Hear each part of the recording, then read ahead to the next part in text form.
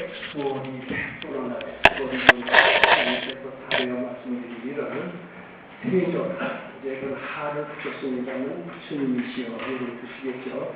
부처님이시여 성남자 선녀인이 달 안을 따라 탄약삼보리신 분대는 운하은 중에 운하은법이시이고 이제 그랬습니다. 이것은 금강경 3분에 나오는 그 내용과 아주 유사합니다. 부처님이시여 선남자 선녀인은 마음을 닦으려고 하는 이제 보통 사람들 이렇게 해석하면 좋을 것 같습니다. 성남자 선녀인이 달 안을 따라 탄약삼보리신 때는 우리 중생적인 삶에서 영원한 삶, 즉 부처님의 부처님의 세계로 가려고 한다면 이렇게 해석하는 게 좀 필요할 것 같아요. 우리 중생의 삶에는 유상하고 고통도 많고요. 아주 스트레스도 많고요. 안 되는 일도 많고 그렇습니다. 그런데 아마 부처님의 세계라는 게 있는가 봐요. 우리는 어떤지 잘 모릅니다만 부처님의 세계에는 고통도 없고요. 편안하고요. 그리고 아주 다 지혜로운 이런 또는 아주 부족할 것이 없는 모든 것을 부족한 생사도 없는 영원한 그런 세계가 아마 부처님의 세계의 모양인데 그런 세계가 있나 봐요. 그런 세계를 아마 강조하셨나 봐요. 그리고서는 중생들로 하여금 그런 세계를 희망하게 하고 그런 세계로 갈 마음을 나게끔 하셨고 갈 수 있다라고 아마 얘기해 오셨나 봐요. 그래서 수보리 존재가 묻는 겁니다. 우리는 이제 다른 사람들은 이런 중생적인 삶에서 벗어나서 부처님 세계로 들어가려면은 이렇게 해석하면 될 것 같습니다. 부처님 세계로 들어가려면은 운하운중 어떻게 머무르며 어떻게 그 마음을 항복받겠습니까? 그랬어요. 항복이라는 것을 해야 아마 부처님 세계로 들어가는 거예요. 우리 중생들은 본능에 따라서 삽니다. 본능대로 살지 않으려고 하면 이 본능이 굉장히 저항을 해요. 그래서 우리 잘 먹고 싶고요. 잘 자고 싶고요. 누구를 좀 좋아하고 싶어 하는 그런 본능이 있는 것 같습니다. 또 마음에 안 들면 미워하는 어떤 이런 본능적인 특성이 있는 것 같아요. 그런데 부처님께서는 그렇게 본능대로 살지 말라 그럽니다. 본능대로 살면은 재앙이고 그리고 무지고 여러 가지 스트레스고 이렇게 됩니다. 본능을 거슬러 살아야 부처님 세계로 들어간다. 아마 이렇게 얘기하시는 것 같아요. 근데 우리는 본능대로 살고 싶습니다. 맛있는 거 먹고 그리고 보드라운 거 즐기고 식색입니다. 그런 본능을 거슬러서 부처님 세계를 자꾸 향하다 보면 어느 때는 본능을 항복받는 시점이 나오나 봅니다. 그래서 이렇게 묻는 겁니다. 부처님 세계로 들어가고자 한다라면 어떻게 본능을 제어하는데 머무르며 어떻게 결국은 본능을 항복받겠습니까? 이런 질문입니다. 본능을 항복받아야 부처님 세계로 들어간다라고 아마 알고 있었던 것 같습니다. 그랬더니 불고수보리 하사에 부처님께서 수보리 본사님께 이제 부처님 세계로 들어가는 방법을 이야기해 주신 겁니다. 선남자 선녀의 마음을 닦으려고 하는 사람들이 달라고 따라 탄약삼보리는 자는데 부처님 중생 세계를 벗어나서 부처님 세계로 들어가고자 한다라면 이렇게 해석하는 게 좋습니다. 당생 여시시마에 마땅히 이와 같이 마음을 내어라. 아흔멸도 일체 중생 하리하라. 내가 모든 중생을 마땅이라는 뜻입니다. 마땅히 별도 우투된다. 이제 이렇게 다 모든 중생을 없앤다라고 여기서 지도한다라고 여기서 이렇게 일단 한번 해석을 해보시죠. 근데 여기서 중생이라는 것을 사람으로 본다면 지도라는 말이 맞고요. 중생이 꼭 사람이라는 뜻이 아닙니다. 물론 축생도 여러 가지 있지만 여기서 중생은 마음속에 각종 번뇌 방탕을 중생이라고. 즉 중생을 번뇌 방탕으로 해석을 한다면 그때 멸도라는 것은 어떤 식으로 해석을 해야 되겠습니까? 그때는 번뇌망상을 없애는 걸로 해석해야 맞습니다. 그래서 모든 중생을 제도하겠다고 해라. 이렇게 해석해도 되고요. 모든 번뇌망상을 없애겠다고 해라. 이렇게 해도 됩니다. 별도 일체 중생이군. 저는 이제 번뇌망상을 제거하는 이렇게 해석하고 싶습니다. 번뇌망상을 다 제거하고 난 뒤에는 이무유 일중생 실력도자리라. 한 중생도 한 번뇌도 소멸된 것이 없느니라. 이렇게 해석하고자 합니다. 즉 여기서 열도 중생은 수도자의 경계고요. 이무유 일중생 실멸도자는 깨친이의 경지다. 이렇게 이해할 수가 있겠습니다. 조금 더 해석을 해보겠습니다. 왜냐하면 수고리야 약보살이 요하상인상 중생상 수자상이면 즉비보살입니다. 요 깨친이의 경지예요. 깨치고 딱 보니까 제도해야 될 중생이 하나도 없다라는 겁니다.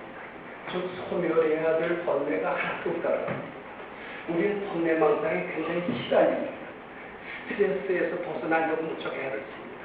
그래서 스트레스를 벗어나고 번뇌망상을 제거하기 위해서 열심히 수도합니다. 찬성도 부리고 염도 부리고 합니다. 그래서 일단 깨쳤다라고 한번 가정을 해보고 부처님에게 들어갔어요. 딱 깨치고 보니까는 괜히 허덕됐구나. 제거해야 될 번뇌라는 게 하나도 없는데 난 뭐가 있는 줄 알고 열심히 찬성하고 열심히 연구하고 그랬구나. 알고 보니까 다 헛수고했구나. 이런 뜻이 됩니다. 이모유 일중생 실력입니다. 왜 이렇게 헛수고를 하게 됐느냐? 그 이유를 하이보험에서 설명으로 쓴 거예요. 약보살이 유아상인상 중생상 수자상이 만일 보살이 아상이나 인상상 중생상 수자상이 있으면 보살이 아니라 하면서 깨치고 보니까 제도해야 될 중생이 하나도 없다라는 그 이유를, 그 근거를 아상이 없는 데서 찾습니다. 어떻게 보면 해석이 잘 안 되는데요. 이 이야기는 제가 계속해서 설명하는 과정에서 더 구체적으로 말씀드리겠습니다. 그 다음에 두비보살입니다. 그 다음 페이지를 읽어주시죠. 그런데 그 근거를 얘기합니다. 아상이 왜 없느냐? 만일 보살이 아상인상 중생상 수자상이 있다라면 보살이 아니라 했고요. 그 근거가 무엇이냐? 소위 자아오면서 근거를 실무유법일 때 가산했다라 탄약삼도 신장이다. 실로 법이 있다는 거. 요것은 달리 말해서 마음 밖에 뭐가 있지 않다라는 거야. 실무유법 마음 밖에 뭐가 있지 않고 또 실무유법 마음 안에도 본래 없다라는 것입니다. 마음 밖에 뭐가 없다라는 것은 유심무경, 그것의 진리를 나타내는 거고요. 마음 안에도 본래 없다라는 것은 공의 진리를 나타내는 겁니다. 즉 실무유법은 유심무경의 진리와 공의 진리를 동시에 나타내는 겁니다. 실무유법을 해야 부처님 세계로 들어가는 것입니다. 되게 이렇게 되는 겁니다. 오늘은 여기까지만 대략 설명을 드려보도록 하겠습니다. 자, 이번 17분의 제일 첫 대문, 이것은 금강경의 대의를 설명드린 것이다. 또 이런 괴로움의 중생세계에서 영원한 부처님 세계로 들어가는 방법을 일러주신 것이다. 또 구체적으로는 성불하는 방법, 하나님 사는 방법을 얘기해 주시는 것이다. 이렇게 해서 됩니다. 조금 들으시기에 지속적이라고 할지는 모르지만 이것은 무능하고 무지하고 고통스러운 중생이 행복하고 유능하고 그리고 지혜로운 삶을 사는 방법을 가르쳐주는 것이기도 하다. 저는 이런 말씀 드리고자 합니다. 우리는 지금 부처님 세계로 들어가는 것도 참 좋죠. 생사의 살을 해서 영원한 세계에 들어가서 부처님 이렇게 있으면서 참나가정에 머무르면 얼마나 좋겠어요. 근데 그건 우리한테 너무나 노하고 당장 식세에 와서 해결을 못하면서 우리가 그걸 어떻게 바라냐 이런 생각을 하신 분이 너무나 많습니다. 저는 반드시 이런 탈하렵다라 탈약삼보리심을 부처님의 세계다라고 그렇게 표현하고자 하지 않습니다. 이 중생들이 무능한 사람이 유능하고 고통 많은 사람이 행복하고 이러한 길을 지시한 그런 가르침이기도 하다. 이런 말씀 드리고자 합니다. 즉 세상에서 행복하게 사는 길을 가르쳐주는 것이 건강의 핵심이기도 하고 또 그냥 아주 무상하고 외롭고 지저분하고 이런 세계에서 상나가정의 아주 영원한 세계로 가는 그런 방법이기도 하다. 이제 그 두 가지 뜻으로 여기서 해석하고자 합니다. 자, 우선 지금 말씀드린 건강의학 17번의 제일 첫 번째 어디서부터 시작합니다. 우리 중생에서부터 시작합니다. 이 중생은요 각종 고통이 있어요. 또 무능합니다. 능력의 한계가 있어요. 지혜도 없어요. 무지합니다. 근데 이것들의 원인은 탐진치라고 하기도 하고 또 번뇌망상이라고 하기도 합니다. 이 번뇌망상 때문에 고통이 생기고 무능이 생기고 무지하다라고 합니다. 근데 이런 삶을 지금 벗어나는 길이 건강적 가르침입니다. 벗어나는 길을 여기서는 어떻게 표현했느냐 하면은 멸도 중생이라고 했어요. 멸도 중생.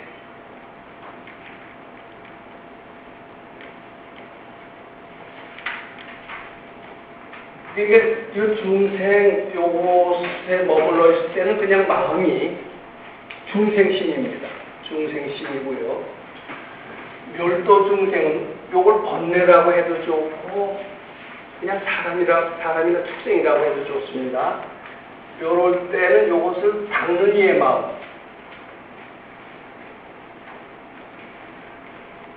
그렇게 표현해 보겠습니다. 요건 닦기 전의 마음이고 멸도 중생은 수도자의 마음 이렇게 됩니다. 그 다음에 제일 나중에 뭐라고 했어요? 비무유 무유 일중생 실멸도자.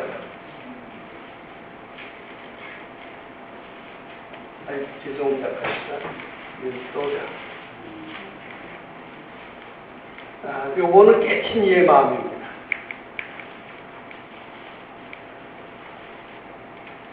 이렇게 세 단계로 건강경 17분에 단행 과정을 표현하고 있습니다. 여기에 이해가 없으시죠? 이것을 여기 세 단계를 표시했다는 것을 일단 마음속으로 정리를 하면서 그 다음 단계로 들어갑니다. 자, 우리는 이런 데서 벗어나기 위해서 이 번뇌를 없애려고 닦는 이의 마음 자체입니다. 그래서 번뇌를 없애고 보니까 이무유 일중생 이걸 번뇌라고 해서 보면 실제로 없앨 번뇌도 없더라는 거예요. 이게 유기는 뭐냐 하면은요, 이런 고통이나 무지나 무능이나 각종 스트레스로 꽉 찬 세상입니다. 근데 멸도 중생은 이런 고통, 무지, 무능, 스트레스를 좀 이렇게 다치는 과정. 그게 멸도 중생. 근데 다치는 것은 다칠 때는요, 일단 그렇게 합니다. 이것은 이런 고통이나 무지, 무능, 스트레스를 그런 것을 바친다. 전개 바친 겁니다. 바치는 행위. 바치는 마음, 이렇게 좋습니다. 다 바치고 나니까 이무유 일중생 실멸도자예요. 다 마치고 보니까 이게 깨친의 경지입니다. 깨친의 경지가 어떤지 되게 저는 잘 모릅니다만은 경전에 써놓은 것을 보면은 세상이 혼탁하지가 않대요. 우리는 지금 요새 나라 정체도 뒤숭숭하고요. 남북이 서로 험악하게 싸우면서 일촉즉발 태양 살상의 전쟁 위기에 아주 공포에 떨고 있습니다. 그리고 막말이 오고 갑니다. 참 세상은 말대다.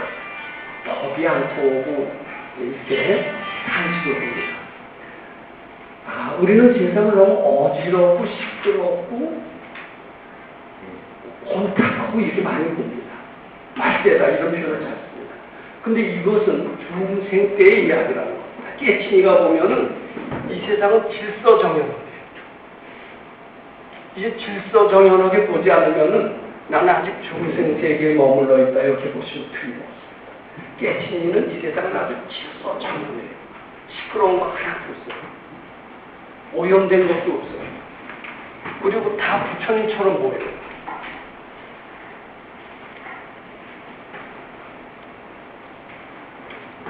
또 세상에 허물이 보이지 않아요. 요거 똑같은 얘기입니다. 허물이 보이지 않아요. 죄진 사람 하나도 안 보여요. 당연히 헐집하는 거예요.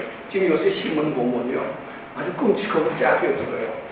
한 1930년대에는요.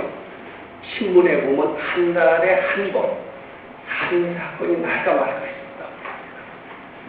요새는 뭐 아마 따지고 하게도 몇십 건씩 살인 사건이 나는지도 모릅니다. 심지어는 자식 부모를 죽이는 일까지도 생겨요. 그건 옛날 우리 조상적 사고방식으로 도저히 있을 수가 없어요. 천하의 죽일놈 그럽니다. 근데 도인의 발견으로 보면요. 천하의 죽일놈이 아니에요. 지 원인 지은 대로 그대로 결과를 그대로 맺어옵니다. 질서정연합니다. 물론 도인의 눈에는 부모를 죽이는 자식의 모습이 눈에 띄지도 않아요. 그 띄는 것 자체가 그런 마음을 가지고 있기 때문에 띄입니다만 설사 보였다 하더라도 그것을 천하의 죽일 놈이 못할 짓을 한다라고 보지 않습니다. 제 할 짓 그대로 봅니다. 부모도 그렇게 죽일 원인을 제공했으니까 자식한테 죽는 것이 없나 이렇게 봅니다. 세상은 질서정연하게 봅니다. 자, 즉 자기가 바뀐다라면은 세상은 이렇게 질서정연하고 사람은 다 부처님처럼 보이고 세상의 허물을 하나도 안 보인다라는 것이 도인의 경지다 이렇게 보면 됩니다. 자, 그런데 어째서 그렇게 멸도 중생을 해서 이렇게 되느냐? 그 근거로서 금강경이 지금 뭐라고 그랬어요? 하이고 수분이야. 첫 번째 근거로서 아상을 소멸해야 된다. 아상이 없으면은 있으면 보살이 아니니라 했어요. 멸도 중생이 바로 아상을 소멸하는 겁니다. 아상을 소멸함으로써 이런 깨친이의 경지에 간다. 이렇게 얘기할 수가 있어요. 그 다음에 아상 소멸의 이제 두 번째 설명으로서 실무유법을 얘기했어요. 실무유법. 실무유법은 아상을 좀 더 구체적으로, 아상을 없애는 과정을 좀 더 구체적으로 설명할 것이다. 이렇게 보면 됩니다. 실무유법은 조금 전에 말씀드린 것처럼요. 실로 어떤 법은 뭐 정신적인 어떤 뭐 현상 또는 물질적인 현상 모든 것을 통틀어서 법이다 이렇게 얘기합니다. 즉 실무유법 요것은 다시 말해서 마음 밖에 실을 유는 빼도 됩니다. 마음 밖에 뭐가 있지 않다 이런 뜻이에요. 즉 요것은 유식무경이나 마찬가지입니다. 없다. 유식무경입니다. 첫 번째 뜻이고요. 그러니까 다 지 마음으로 알아가는 겁니다. 천하의 주질로 자, 자식이 애를 죽이다. 아주 증오합니다. 예전 어른 같으면은 발 먹고 나서 그런 놈들은 내가 죽이겠다라고 나서 예전 어른이 굉장히 많이 죽었습니다. 근데 반등이가 보면 뭐라고 그러냐면 그 죽일 놈이 그 놈이 죽일 놈이냐 네 마음속에 그대 마음속에 천하의 몹쓸 그런 것을 분별하는 요소 때문에 그렇게 보이는 이렇게 묻습니다.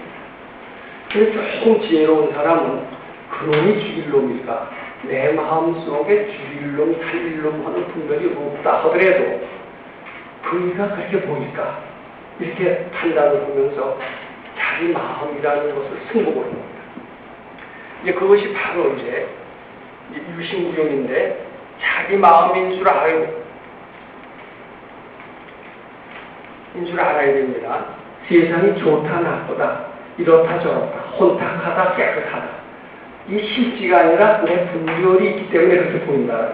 세상은 혼탁하지도 않고 깨끗하지도 않고 질서가 없는 것도 아니고 질서가 있는 것도 아니고 내 분별이 그렇게 본다는 거예요.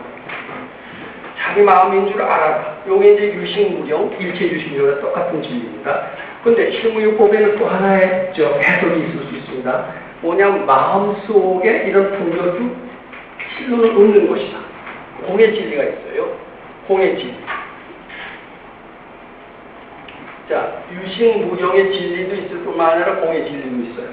그러면 공의 진리를 여기다 어떻게 덧붙여서 해석을 합니까? 자기 마음인 줄 알고, 이것은 일체유심전의 유식무경의 진리를 설명하는 겁니다. 그리고 공의 진리를 한꺼번에 실행을 하려면은 자기 마음인 줄 알고 그것을 부처님께 바쳐라. 바쳐라 해야 없어집니다. 자꾸 바치게 되면 뭐고 바칩니까? 부처님께 바칩니다. 부처님께 바친다는 것을 바꾼다는 뜻입니다. 부처님은 어떻습니까? 형상이 없어요. 형상이 없는 것과 자꾸 바꾸다 보면은 이 마음이 없어져요. 형상이 있는 것과 바꾼다면 그 형상이 대신 들었습니다. 근데 부처님 하는 마음에는 형상이 없습니다. 형상이 없는 마음으로 자꾸 바꾸다 보면은 없어집니다. 그래서 바치라는 것은 공의 진리를 실천하는 겁니다. 자기 마음인 줄 아는 것은 일체유심료, 즉 유식무경의 진리를 실천하는 겁니다. 자, 즉 요것을 실천함으로써 아상이 소멸이 되고 요것을 아상이 소멸됨으로써 이런 경지를 체험한다. 내가 요렇게 정리할 수가 있습니다. 자, 만일 그래서 우리 중생이 이런 깨침의 경지에 갔다라고 한번 가정해 봅시다. 굉장히 큰 변화, 놀랄만한 변화. 자, 여기서 이렇게 되는 것은요, 정말 아주 쉬운 일이고 놀랄만한 변화입니다.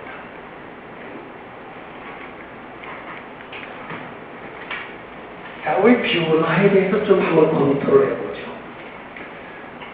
자, 우선 변화에 대한 이야기를 보기 전에 주위 사람 중에서요, 아주 어렸을 때부터 관찰했습니다. 나이가 먹었어요. 50, 60, 70, 80 이렇게 됐을 때 또 같이 사는 부부나 뭐 부자 이런 분들은 늘 관찰할 기회가 많습니다. 아, 저희는 불교를 믿더니 확 바뀌었구나. 또는 기독교를 믿더니 확 바뀌었구나. 이런 사람 봤습니까? 못 봤습니까? 아마 거의 못 보셨을 것 같습니다. 사람 바꿔주기 어려워요. 3살 버릇 80살까지 간다는 말처럼요. 거의 못 바꿉니다. 자, 능력에 있어서도 못 바꾸고요. 능력이 어디 그렇게 갑자기 커지나요? 일생을 두고 노력을 해도 능력이 그렇게 커지질 않습니다. 또 자기 머리, 두뇌, 천재성, 두뇌도 그게 의외로 퇴보합니다. 나이 먹으면. 퇴보는 잘해요. 근데 이게 진보나 상승은 잘 못합니다. 또 도덕성, 저 사람 영 못됐다가 어느 때 갑자기 도덕군자가 됐다. 이런 사람 거의 없습니다. 근데 아주 없지는 않고요. 가끔가다 무능력자가 능력자가 되는 수도 있더라고요. 그리고 머리가 좀 둔한 것 같은데 어느 때는 좀 천재가 되는 수도 있는 것 같아요. 그리고 도덕적으로 형편없던 사람도 어느 때는 아주 점잖은 사람이 되는 수가 있습니다. 근데 이건 상당히 큰 변화입니다. 작은 변화들은 우리가 종종 본인도 체험하고 주위에서도 발견합니다. 일시적으로 조금 나아진 것 같은 것은 흔히 볼 수가 있어요. 근데 근본적으로 싹 바뀌는 것은 본인도 본인의 마음에서도 발견하기가 힘들고요. 주위에서도 발견하기가 아주 힘듭니다. 근데 어쩌다가 그렇게 되는 수가 있습니다. 어쩌다 그렇게 되는 것은 거의 노력으로 되질 않습니다. 노력으로 되질 않아요. 즉 상당히 믿음으로 되는 수가 많습니다. 믿음이라는 얘기를 좀 강조하고자 합니다. 예를 들어서요. 큰 병을 걸렸습니다.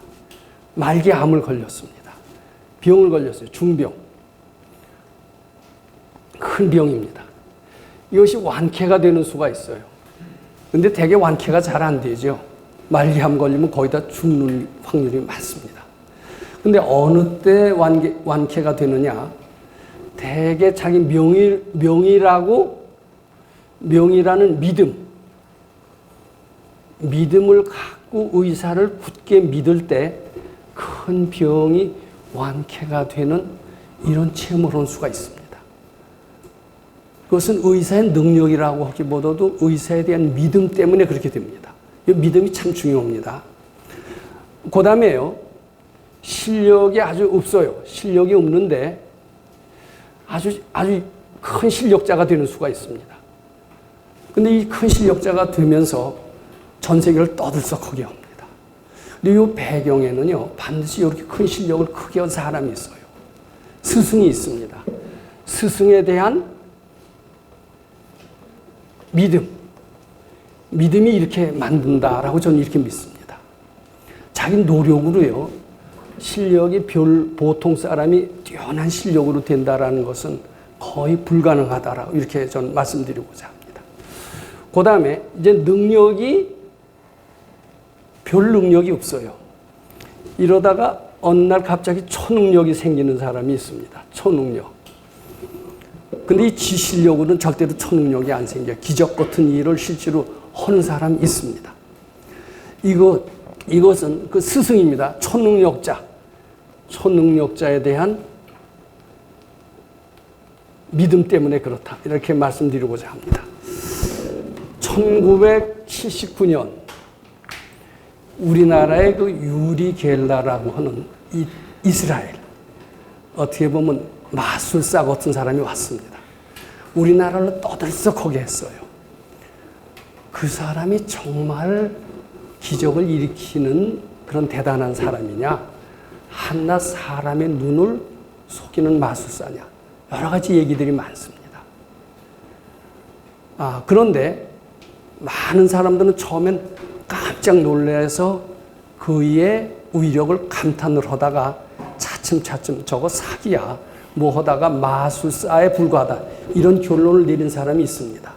근데 마술사라고 하기엔 너무나 이상하다, 이런 이야기는 지금까지 이야기되고 있습니다. 아직 한번 살아있는 걸로 알고 있습니다. 왜냐하면 1946년생이기 때문에 이제 70 아직 때부터 다른 사람의 마음을 잘 읽어냈고요. 여러 사람 앞에서 시험을 보였습니다. 저희 눈을 딱 감아요. 눈을 딱 감고 운전대를 잡습니다. 독일에서 시험을 했어요. 눈 딱 감고 운전을 아주 무사 통과로 하는 겁니다. 그리고 많은 사람들 앞에서 합니다. 지금부터 내가 고장난 시계를 가지고 이렇게 손을 한번 대보십시오. 그럼 이 시계가 간다라고 생각해 보십시오. 지금부터 시계가 갑니다. 이 고장난 시계가 간다라고 하는 사람은 바로 전화를 주십시오. 그래서 그 방송을 보고 손댄 사람 중에서 3,000명이 전화했다는 얘기가 있어요.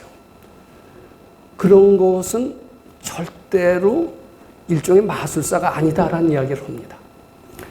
그런데 이걸 마술사라고 주장하는 이는 고장난 시계에 이렇게 손을 대면 손의 온도가 조금 올라가고, 온도는 거기 있는 유기물질을 용해하면은 시계는 가 있게 돼 있다, 이런 물리적인 그런 기술을 이용한 것이지, 그는 뭐 실제로 기적적인 일을 하는 초능력자는 아니다라고 우기는 수가 있습니다. 그럼에도 불구하고, 근데 실제로 이제 문제가 있어요. 그가 여러 앞에 나서 숟가락을 휘는 적을 시범을 보인 적이 있습니다. 그리고 내 말을 믿으면은 숟갈이 휘어질 것이다, 이렇게 하면서 따라서 하라고 그랬어요. 그의 말을 믿고 있는 이가 텔레비에 나와서 숟갈을 휜 적이 있었습니다. 자, 제가 이런 도깨비 같은 얘기를 하고 싶어서 하는 게 아닙니다. 믿음은 기적을 창조한다는 말씀을 드리고 싶습니다. 저희가 다니던 직장입니다. 저는 몇 년 전에 정년퇴임을 했습니다만은 저 학교 선생 노릇을 했는데, 선생 중에 하나가 실제로 휩니다. 숟갈을 이렇게 부벼요. 힘 주는 거 아니에요. 힘 주면 꺾는 거죠. 이렇게 부벼요. 그래서 우리 저 직장에서 3대 도사의 하나가 됐습니다. 하나는 묘자리를 잘 보는 사람, 하나는 숟갈 휘는 사람, 또 하나는 뭐 기도의 힘이 좋은 사람, 이래 갖고선 했는데, 대개요, 이런 초능력을 발휘하는 사람은 자기 노력으로 안 됩니다. 노력으로 안 돼요.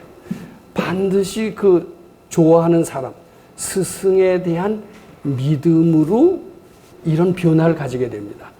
작은 병, 예를 들어서 감기를 고쳤다. 이런 수준은 자기 약 먹고 섭생을 잘하고 이러면 감기쯤은 고칩니다. 이 감기약을 쳐준 의사에 대한 믿음이 별로 없더라도요, 뭐 피로 좀 회복하고요, 이렇게 하면 감기 낫습니다. 근데 말기암에서 완쾌가 된다라는 것은 이건 의사들도 깜짝 놀래거든요. 근데 그 특히 기독교인들은 그런 얘기를 많이 합니다. 장리욱 박사 같은 이는 유명한 기독교인인데 의사입니다. 춘원 이광수 선생의 사랑이라는 그런 책의 모델이기도 한 그런 의사입니다. 병은 의사가 고치는 게 아니라 하나님이 고친다라는 유명한 이야기를 했습니다. 저는 불자 중에 의사들도 병은 의사가 고치는 게 아니라 부처님이 고치는 것이다. 또는 부처님에 대한 믿음이 병을 고치는 것이다. 이렇게 얘기하는 불자가 나왔으면 하는 그런 생각을 종종 합니다.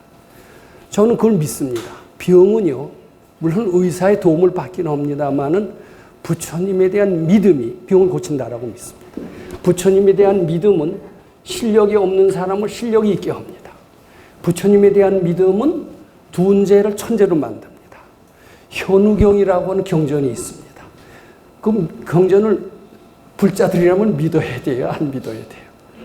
근데 믿거나 말거나 저는 여기서 너무나 황당하시기 때문에 거기 천하의 출물인 공주가 있었습니다. 얼굴을 보기만 해도 다 도망가는 사람입니다. 그 표현이 어떻게 됐냐면 얼굴 가죽이 낙타 가죽 같다고 그랬어요. 보기만 해도 다 도망가는데 임금이 걱정입니다. 이놈의 딸을 어떻게 시집을 보낼까? 그래서 가난한 왕족한테 중매해서 하고 너 우리 딸만 데려가면 너한테 벼슬을 주겠다 그러는 거예요. 그래서 벼슬을 얻을 욕심으로 그 천하의 출물인 그 이제 왕의 공주하고 결혼을 했습니다. 딱 보자마자 만정이 떨어지는 겁니다. 그냥 방 안에다 딱 가둬놓고 자기는 지멋대로 돌아다니는 거예요. 근데 이제 공주가 생각하니까 참 기가 막히거든요. 자기 팔자가 꼼짝도 못하는 거예요. 그때 서가열의 당시입니다. 부처님께 간절히 기도를 합니다. 제가 무슨 죄를 졌길래, 전생에 무슨 죄를 졌길래, 공주로 태어난 것은 무슨 복이 있어서 공주로 태어났겠지만 왜 얼굴이 이렇게 못생기게 해서 다른 사람으로 하여금 혐오감을 갖게 해서 이런 비참한 신세가 되게 했습니까? 그러면서 부처님께 간절히 기도를 합니다. 근데 저는 그 표현이 재밌어요. 그러니까 그 마음이 아마 이심전심으로 서가열에게 전달이 됐나 봐요. 자기 앉아있는 자리에서 부처님의 머리가 싹 이렇게 올라오더래요. 근데 그 머리가 너무나 아름다운 머리예요. 그 머리를 보는 순간 환심이 탁 나요. 내가 내 머리가 저랬으면. 그 순간 자기 낙타 이런 형편없는 말총 머리 같은 게 부처님 머리처럼 변하는 겁니다. 그 다음에 얼굴 모습이 딱 드러나는데 아름다운 부처님의 모습이 딱 드러나면서 환심을 내는 순간 자기 얼굴 모습도 그렇게 바뀌어요. 그 경전에 나온 거 그대로 말씀드립니다. 그래서 그러고서 전신을 다 드러내면서 부처님의 모습이 얼마나 잘생겼겠어요. 32상 80종호라고 그랬지 않습니까? 아름다워라 하고 환심을 내는 순간 자기 몸도 그렇게 변했다는 얘기가 경전에 나옵니다. 근데 그 남편 되는 분이 나갔다 와 보니까 웬 딴 사람이 있거든요. 당신은 어떻게 돼서 이렇게 달라졌어? 이제 그러니까 난 기도한 거밖에 없다. 이제 그렇게 얘기를 합니다. 이것은 아마 거의 불자들 안 믿을 겁니다. 저는 그걸 믿습니다. 또 이 얘기를 믿으신 분은 성형외과 안 가도요, 미인이 되실 희망이 많다라고 저는 말씀드리고자 합니다. 자, 이 믿음이요, 이런 큰 변화를 이끌어내는 겁니다. 마찬가지로 우리 중생에서 이렇게 부처가 되고 발근이가 된 이거는요, 노력으로 안 됩니다. 도인이 되고 신의 경지에 간다라면 이것은 믿음밖에는 안 됩니다. 무슨 믿음이냐? 여기 설명을 했어요. 모든 마음 바깥의 현상은 하나도 없고 다 자기 마음인 줄 알아라. 그리고 그것을 부처님께 바쳐라. 이 진리에 대한 믿음을 갖고 그대로 실천하는 겁니다. 이 믿음만 갖고 실천한다라면은 이런 중생의 세계, 고통의 세계, 무지, 무능의 세계, 스트레스의 세계 이런 데서 벗어나서 참 질서정연하고 모든 사람들이 부처님처럼 보이고 상나가정의 영원한 이런 안락의 세계로 갈 수 있다는 이야기입니다. 거기 경전에 써 있는 겁니다. 즉 요것을 잘 믿어라. 그런 뜻이 이 안에 포함되어 있습니다. 실무유법일세 발안었다라 삼약삼모리심자니라 이렇게 되어 있습니다. 저는 금강경의 가르침을 굳게 믿고요. 그리고 금강경을 읽을 때마다 그 뜻을 알려고 하고요. 아, 실무유법은 바로 이런 뜻이로구나. 그러면서 그대로 따라서 실천하려고 하고요. 그런 사람은 자기의 마음속의 모든 번뇌망상을 다 소멸해서 아마 가까운 장래에 머지않은 장래에 이런 밝은 이, 깨달은 이가 아마 될 수 있다라고 저는 믿습니다. 여기에 대한 굳건한 믿음, 또 아상을 소멸하라고 그랬으니까 아상을 나 이 아상이 이렇게 못된 거로구나. 아상을 소멸하려면 부처님 공경해야 되겠다 하면서 부처님 지극히 공경하는 마음을 가지고 올라오는 생각을 자꾸 바친다라면은 바로 경전에 그렇게 써 있는 거나 마찬가지입니다. 이런 영원한 부처님 세계로 간다라고 봅니다. 자, 근데 우리는 이 얘기를 다 믿는다라고 얘기하는 사람이 세상에 꽤 많습니다. 믿고 그대로 했는데 잘 안 됩니다. 이렇게 얘기하는 사람들이 꽤 있어요.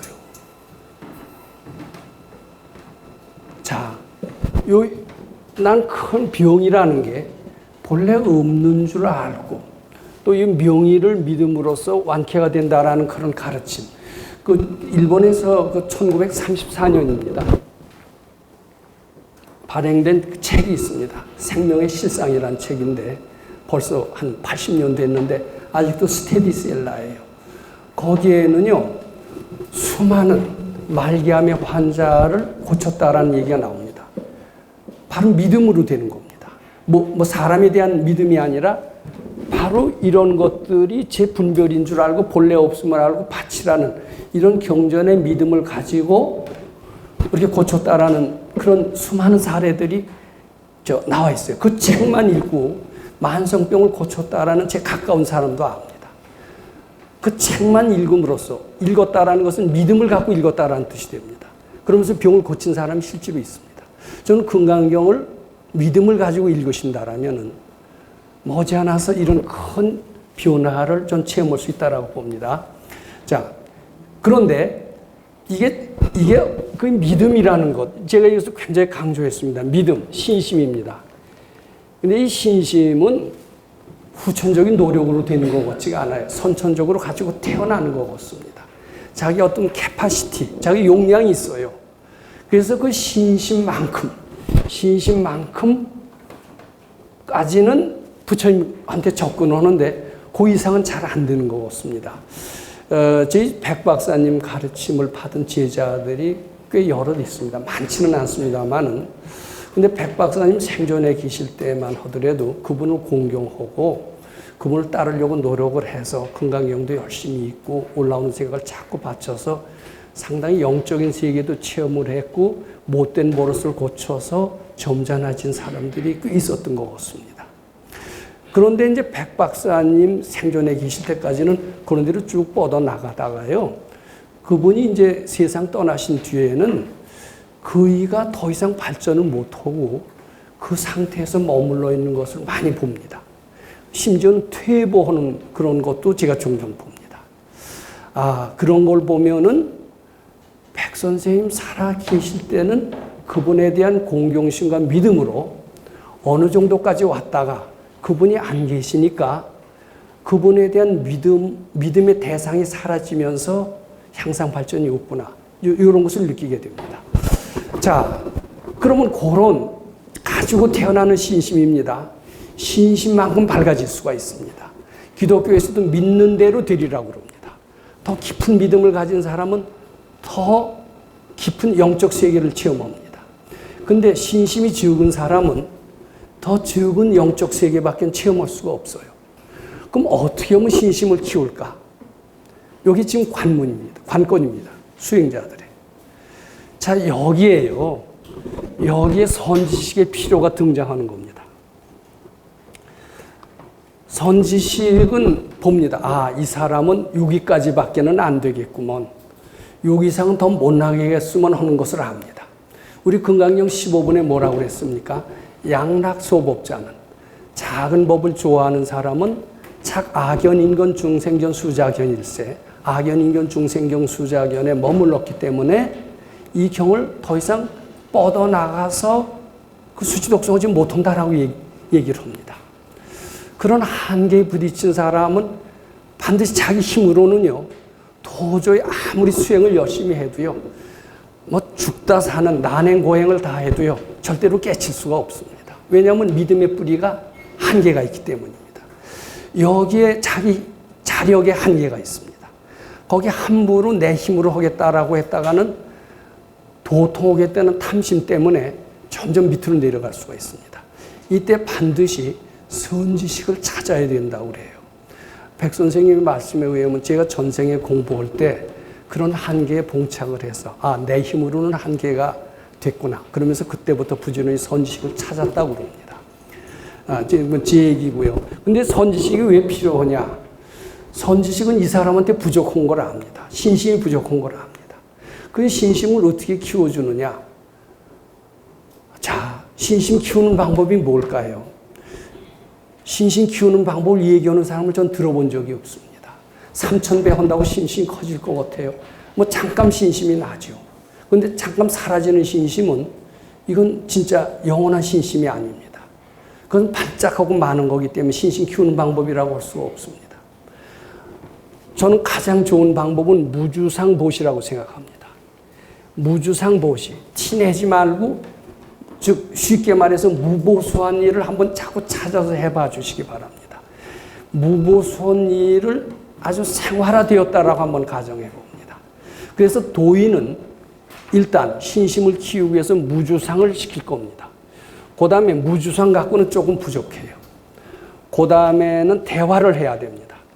이 선지식과 대화를 통해서 선지식을 점점 닮아갑니다.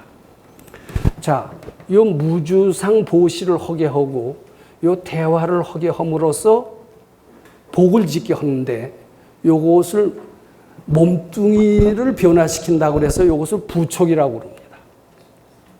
근데 이 부촉 갖고는 신심이 더 커지질 않아요. 신심이 커지게 하는 도인의 또 하나의 방법이 있습니다. 이 도인한테 복을 짓게 합니다. 무주상 이 절에 와서 마당을 쓸어라. 저희가 이제 소사에서 목장을 했습니다만은 목장을 4년을 하면서 봉사를 한 겁니다. 물론 봉급을 안 받았습니다. 이 무주상으로 도인을 섬기기 위해서 복을 진 겁니다. 근데 이렇게 복을 짓게 되면요, 도인의 기도가 뒤따릅니다. 기도. 첫 번째 기도예요. 아, 얘를 어떻게 구원해 줘야 되겠다. 근데 그냥 기도를 해주지 않습니다. 그이가 선지식을 공경하고 선지식 있는 것을 영광으로 알고 즐겁게 복 짓는 사람한테는 기도해 줄 마음이 납니다. 우리가 저도 선생 노릇 여러 해 했습니다만 선생을 따르고요. 선생한테 아주 노력을 많이 하는 사람은 더 도와주고 싶고 신경 쓰고 싶고 보통 때라도 전화라도 걸어서 일깨워주고 싶은 마음이 드는 게 선생의 마음입니다. 마찬가지로 선지식한테 무주상으로 보시하는 이런 사람, 이렇게 한 사람들은 그 일로 해서 기도를 해줍니다. 이것을 금강경에서는 선혼염이라고 그러고요. 이제 정신적으로 도와주는 겁니다. 그리고 이것은 이제 몸뚱이로 도와주는 거기 때문에 선부촉이라고 얘기합니다. 선혼염, 선부촉의 도움을 받아서 사람은 신심이 커질 수가 있습니다. 신심이 커짐으로써 부처님 세계에 들어갈 수 있다는 겁니다. 자, 이렇게 이런 선지식의 노력이 없이 혼자서 수도에서 되지 않습니다. 그래서 그 육조 단경 같은 데서도 선지식의 필요를 종종 얘기를 했고요. 우리나라에서도 큰 스님들은 반드시 선지식을 만나되 그냥 한 번 만나고 몇 년 후에 만나고 이런 식으로는 안 된다. 자주 만나서 대화해라. 이런 이야기를 강조하고 계신 그런 큰 스님들이 있습니다. 즉 자주 대화함으로써 닮게 됩니다. 그리고 무주상으로 보시를 함으로써 일체유심조를 깨닫게 돼요. 신심이 커져서. 그리고 이렇게 귀염받을 짓을 하니까 또 선지식은 기도를 해줘요. 기도하는 것은 업장을 녹입니다. 또 기도할 근거를 무주상을 통해서 마련해 주십니다. 그렇게 해서 선원용, 선부총을 통해서 믿음이 깊어지고 결국은 번뇌를 소멸해서 부처님 세계로 인도하는데 이것을 자력이라고 해야 되겠습니까? 타력이라고 해야 되겠습니까? 근데 많은 불자들은 자력으로 다 도통할 수 있다라고 얘기합니다. 근데 자력으로는요, 전생에 탁든 그 상태까지는 오지만은 전생에 탁든 그것을 넘어서는 거의 불가능하기 때문에 그 넘어서는 선지식의 도움이 꼭 필요하다라고 믿습니다. 제가 하나 선지식한테 은총을 받은 이야기를 잠깐 하고 이 시간을 마칠까 합니다. 제가 이제 여기서 소사에서 한 4년을 백 선생님 모시고 수도를 하다가 밖에 나왔습니다. 근데 군대 갔다 와서 바로 취직을 시도를 해야 취직이 되죠. 4년을 더군다나 전공하고는 관계없는 수도 생활을 한 사람이 4년 후에 취직이 될 리가 없죠. 그래서 한 1년 동안 백수 생활을 했었던 것 같습니다. 백수 생활을 하다가 이제 전공으로 취직하는 건 포기를 하고 이제 그때 된 게 주위에서 야, 식당이라도 해보자. 근데 이제 절대로 제정신이라면 식당 안 했을 겁니다. 근데 이제 한번 도인한테 여쭤봤더니 뭐 좋다 그러세요. 그래서 이제 제가 식당을 한 4년을 했습니다. 4년 했는데 제가 식당 체질이 아닌가 봐요. 장사가 안 되는 거예요. 뭐 저는 성실하게 하는데 가끔 세무 공무원들이 옵니다. 요새 세무 공무원이 집을 방문하지 못하게 되어 있습니다만 그때 세무 공무원들이 와서 방문하면서 인정과세를 때리고 이래요. 근데 하도 노는 게 아마추어 같으니까 이게 당신 아무래도 세금 좀 깎아줘야 되겠다라고 그런 얘기까지 들은 적도 있었습니다. 장사하기는 힘들다. 근데 정말 현상 유지하기도 힘들 정도로 그렇게 못했습니다. 이 장사가 안 됩니다. 맨날 가서 공부하면 뭐라도 돼야죠. 그랬더니 뭐라 그러냐면 야, 너 11조 해봐라 그러더라고요. 11조는 기독교에만 있는 줄 알았더니 불교에도 있습니까? 전 그렇지 않아도 돈 생기면 선생님 드리는데 거기다 11조를 더 해요. 근데 11조를 허래요. 참 선생님 너무 어떻게 그때는 상당히 힘들고 불경스러운 얘기지만 선생님이 돈을 좋아하시나 이런 생각까지도 했었던 것 같습니다. 근데 그래도 허락을 해서 했어요. 몇 번 했어요. 많이 하지도 않았습니다. 그랬더니 어느 날 뭐라 그러냐 하면요. 네가 그렇게 큰 돈이 어디서 생겼니요? 그래서 큰 돈이 생기긴 여전히 빈털터리는 똑같은데 어디서 큰 돈이 생겼다라고 얘기를 하십니까? 결국은 이제 그 4년을 버티다가 선생님이 얘기하신 것처럼 큰 돈이 생긴 것도 아니었습니다. 큰 돈이 생긴 것도 아니고 결국은 이제 문을 닫게 됐고 이제 저는 대학원으로 진학을 했습니다. 그때 대학 졸업하고 10년도 넘어서 대학원 진학했어요. 그런데요, 참 이상한 일이 일어났어요. 대학원 진학하고 조금 있다가요, 저한테 돈이 들어왔어요.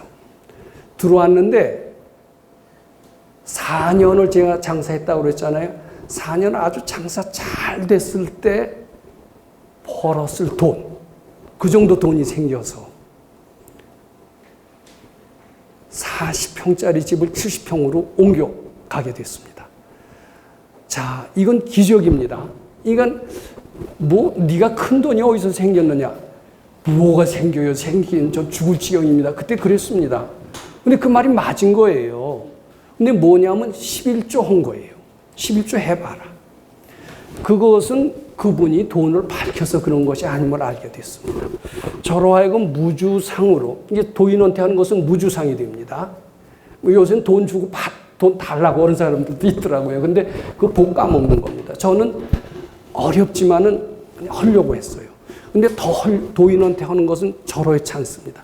몇 번 안 했는데 어디서 그렇게 큰 돈이 생겼느냐 했고 바로 그대로 저는 굉장히 부자가 됐습니다. 장사 잘해서 성공한 사람처럼 부자가 됐습니다. 저로 하여금 복을 짓게 하는 것, 그것이 11조로구나. 그때 그것을 절실히 느꼈습니다. 그 뒤로 록펠러라고는 미국의 최대 부자입니다. 지금 빌 게이트보다 더 부자라고 그럽니다. 종합대학만 16개를 세웠어요. 유명한 시카고 대학은 록펠러가 세웠습니다. 당신이 무슨 까닭으로 그렇게 큰 부자가 돼서 질문을 했습니다. 록펠러가 뭐라고 대답한 줄 아세요? 나는 매주 교회에 가서 제일 앞자리에서 목사님 설교를 듣고 꼬박꼬박 11조 한 거밖에 없습니다. 이렇게 얘기를 했어요. 11조 성실하게 한다는 거 어렵습니다. 근데 불자들은 11조는 모르는 것 같아요. 기독교 얘기만으로 알고 있는데 전 이제 백 선생님한테 11조를 한 뒤에 그 뒤로는 이게 주는 게 돌아오는 것이로구나. 이런 믿음을 갖게 된 겁니다. 근데 이런 도인이 아니었다라면 저는 그냥 40평짜리 집에서 그냥 살 수밖에 없지 않았을까 이렇게 생각이 됩니다. 그래서 그 뒤로 이제 지금 망원동에 70평짜리로 왔는데 제가 이것도요 가지고 있을 필요가 이제 없을 것 같아요. 복이 부족한 것 같아요. 복 부족한 사람이 복 짓는 길이 뭐죠? 바치려고 하는 거예요. 근데 바치려고 그랬더니 절대로 칭찬하는 사람이 많아요. 무소유래요. 전 아직 무소유가 될 정도로 거창하지 못하고요. 복이 부족해서요. 복 짓기 위해서 그것을 바치기로 마음을 먹었습니다. 왜냐하면 예전에 바쳤기 때문에 더 많은 것을 얻었던 체험이 있습니다. 그래서 용감하게 바칠 수 있게 됐던 겁니다. 자, 한 10분 쉬었다가 다시 말씀 계속하겠습니다.